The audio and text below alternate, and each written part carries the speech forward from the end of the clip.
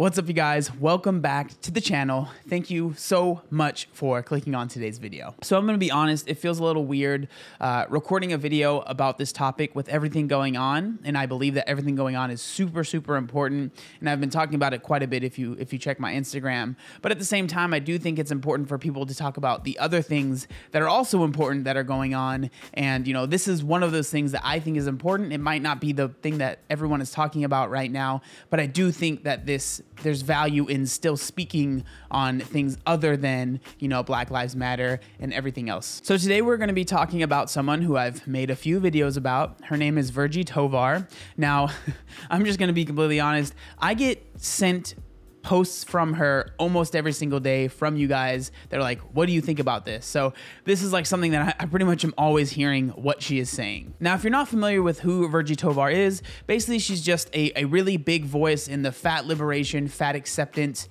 community. She says a lot of very outlandish things that obviously people end up talking about quite a bit. People like me end up making videos about them. Now, the first thing that I want to say is I believe Virgie knows exactly what she's doing, and she is very good at doing what she does because a lot of the posts that she makes, a lot of the words that she uses are very inflammatory. They're very bombastic.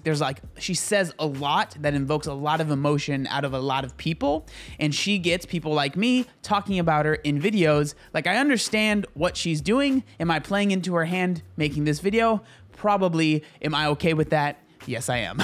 So the first post that I want to go over, there's going to be a couple that I want to talk about. This is the one that you read it, and again, it's like, what the heck? What does that even mean? So this is the post right here, and it says, dieting is not a sign of success. It is a sign of woundedness. Now, obviously, that post is very catchy, very out there. It's going to get a lot of eyes on it. So let's read the caption. She goes on to say, my former response to other people dieting equaled, wow, what's that person's secret? I've really been slacking. I'll start whatever they're doing on Monday. My current response to other people dieting. I hate that this person is wounded by fat phobia. I hate that we live in a culture that makes people feel like something is wrong with them. I hope this person gets away from the toxicity of diet culture. I might need to set boundaries if they can't respect that we aren't on the same page. Before I go on, it's funny because, you know, with kind of her whole page and the things that she talks about, it seems like everything that she is working for is inclusivity, right? Letting everyone feel including, letting everyone feel like they have a place. But then this whole post is basically saying to millions of people, if you are trying to lose weight, and if you are trying to diet, she said it herself, she might have to set boundaries. So basically she's like, I cannot be around that person because they are dieting. Now, if we flip the script on this, and it was me saying this, right, but the other way around, and I said, I can't even say it because it's so ridiculous. Like, if I said, I can't be around someone that isn't dieting or that isn't eating healthy because they might not be able to accept my boundaries. Like, people be like, are you kidding me? Like, are you really that full of yourself? But I mean, that's exactly what I'm hearing. It's just flipped the other way around. And moving on in the post, she says, there was a time when other people's weight goals and diet bandwagoning set off my internal sense of inferiority, my internal fat phobia, and my desire to belong. Now all I see is a wound that they need to lovingly tend. And honestly, like, reading that, it just seems very condescending. So basically, like, if you don't think that dieting or losing weight is basically a terrible, terrible thing that is like the end of the world, I'm kind of better than you, and I don't really want to associate myself with you because you aren't like as woke as I am when it comes to this topic. Now, I want to make it very clear. I do think that for some people, especially if you've dealt with eating disorders, if you've dealt with serious issues with eating, like, dieting might not be the right choice for you. But to make these posts and say literally everyone that is dieting is pretty much like the way that she makes it seem is a bad person or is almost like stupid. I think that that is not helpful, and that's not going to help anyone that might be struggling, because there are people that do need to diet or need to lose weight, right? If you are really, really overweight, like where I was, there was a time where it had to happen or else I was going to be dying early. Like, it was that simple. So to make people feel bad for trying to better their lives, I just think I don't understand where you could be coming from with that. And his next post is a very out there one as well. So it says, next time someone asks you if you should be eating that, ask them what they have done to dismantle white supremacist heteropatriarchy lately, because that's what's hurting people, not cookies. Now, I will say, it is kind of a jerk move to be going around and policing people's diets and be like, should you be eating that? Should you be eating that? Because I remember when I was bigger and I would say that I was trying to diet, and then I would have people be like, oh, you said you were trying to diet. Should you be eating that thing? And I'm like, dude, you don't know anything about me. So I do kind of understand where she's coming from here. Now let's go ahead and read the caption. It says, don't get gaslit, misled, and manipulated by those who seek to enmesh you in a debate about whether you are eating healthily. Cookie surveillance is a decoy to get us stuck in a combo with a troll for a million years while he steals our dignity, human rights, and freedom, continues to take rights away from women, and commits violence against POC, queer, and trans people.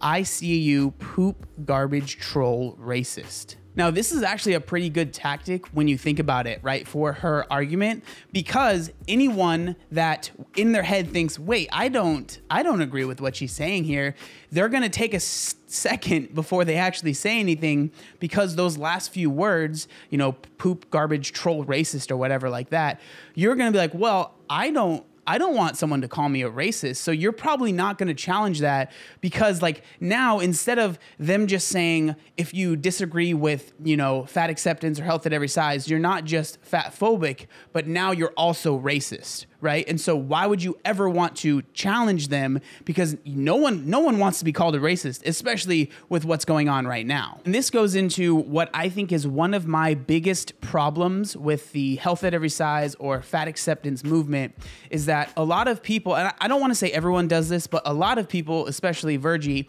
they like to equate being overweight as the same as being a person of color. They like to equate being treated poorly or being discriminated against as the same as someone being treated poorly or discriminated against because they are a person of color. Now, I think that that is absolutely ridiculous, because like I've said before, your weight is something that you can control and that you can change, right? If you are born as a black man in America, you can't change that fact. But you can change the fact if you've been eating unhealthy for a number of years. You can change that. Now, obviously, I disagree with the fact that you can't change your weight and that your weight is the same as your skin color, right?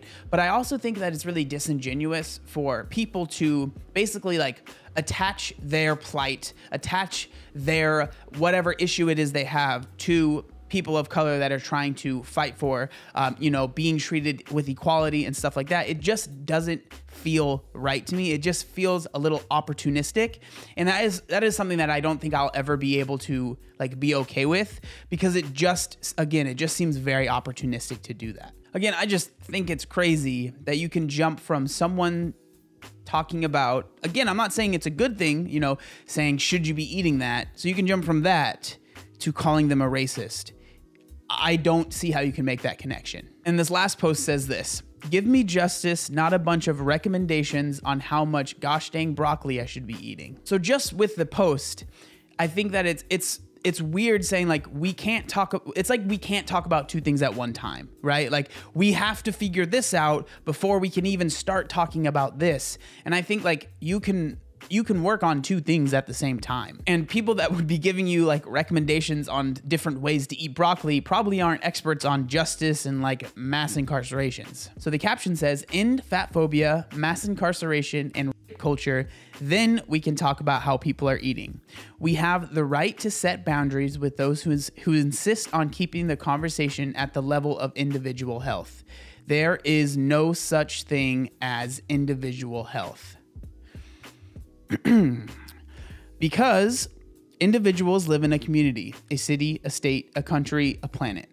If their community, state, country is free from the dangers of radical and sexual violence, pollution, nuclear waste, prisons, and body shame, and they have access to dignity, clean water, medical care, and housing, a person will thrive. Now, of course, I agree that all of those things should be worked on, and I would love to improve all of those things. But when you say there's no such thing as individual health, that is completely taking the power away from the person that could actually change their individual health.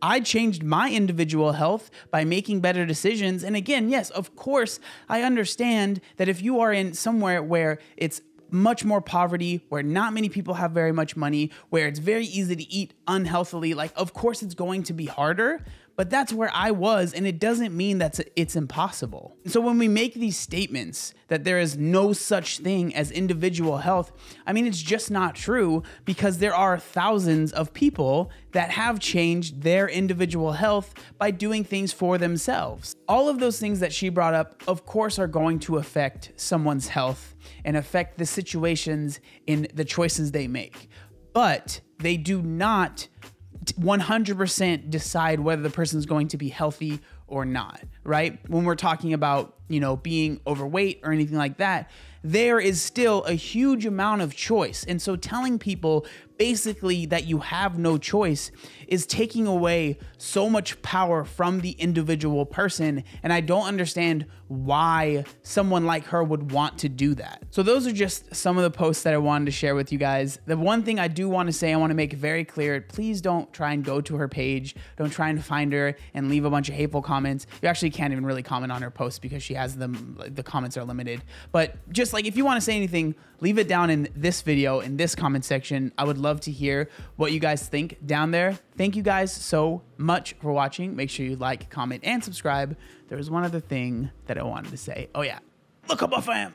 Obey the warning signs, and when there are flashing lights or wigwags, don't attempt to cross until they come to a complete stop.